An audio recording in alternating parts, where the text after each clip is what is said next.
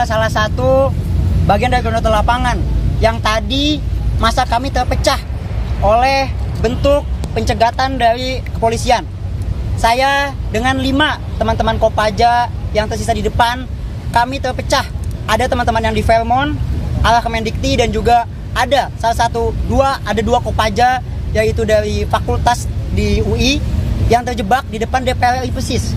Dan kita di situ tidak bisa maju, tidak bisa mundur sama sekali, bahkan kepolisian menghadang, hampir menggunakan tindakan represif. Namun akhirnya kami melakukan tindakan preventif, yaitu kami dengan massa yang terhimpun di dalamnya long march menuju TVRI untuk tergabung dengan teman-teman yang terpecah di lainnya. Dan saat ini teman-teman yang di DPR sudah tergabung di depan TVRI, namun teman-teman yang masih terjebak di Fairmont sekarang masih akan menuju TVRI. Di sini membuktikan bahwa suara kami dicegat, teman-teman. Dan kami sama sekali tidak bisa menemukan celah. Bahkan kami tidak bisa menuju ke titik aksi utama kita, yaitu ada di Bundaran HI. Ada ditangkap nggak? Untuk ditangkap tidak ada, dan hampir terjadinya represivitas. Mengingat masa yang terjebak di DPR banyak adalah perempuan. Jadi kami memilih untuk long march dan tidak melanjutkan untuk berhubungan langsung dan berdiskusi dengan kepolisian yang tidak akan mendengarkan kami. Artinya mau aksi ke DPR RI atau gimana sekarang? Artinya kita tetap akan ada aksi di HI, dan justru kenapa kita memilih long march untuk berkumpul TVRI, karena kita tidak akan adanya aksi DPR atau MPR.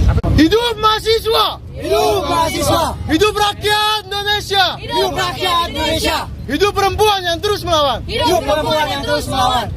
Kami mahasiswa yang tergabung dalam aliansi Gerakan Menuju Indonesia Bangkrut ingin melakukan press release terkait penahanan dan blokade serta represivitas yang dilakukan oleh polisi kepada kami, dan kami juga dipaksa malah melakukan demonstrasi di DPR.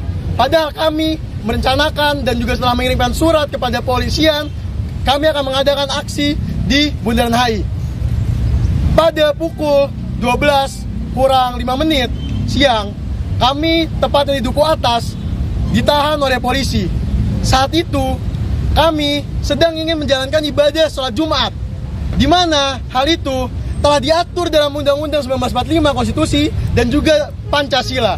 Akan tetapi para polisi tidak menghiraukan hal itu, dan justru mereka malah melanggar konstitusi tersebut. Ketika ditanyakan alasannya apa, mereka tidak menjawab, dan mereka malah mengatur kita untuk sholat di tempat lain. Sejak kapan kepolisian punya hak untuk mengatur bagaimana cara beragama dilakukan? Sejak kapan polisi punya hak untuk melarang rakyat Indonesia melakukan ibadah yang diatur dalam konstitusi? Boleh lanjutkan? Ya. Dulu. Hidup! Baik teman-teman media semuanya. Tengah aja, Bang.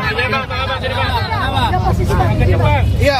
Jadi sebagaimana tadi sampaikan sebelumnya, kami sudah menyampaikan permintaan aksi secara tertulis kepada Kepolisian Republik Indonesia, terutama Polres Jakarta Pusat.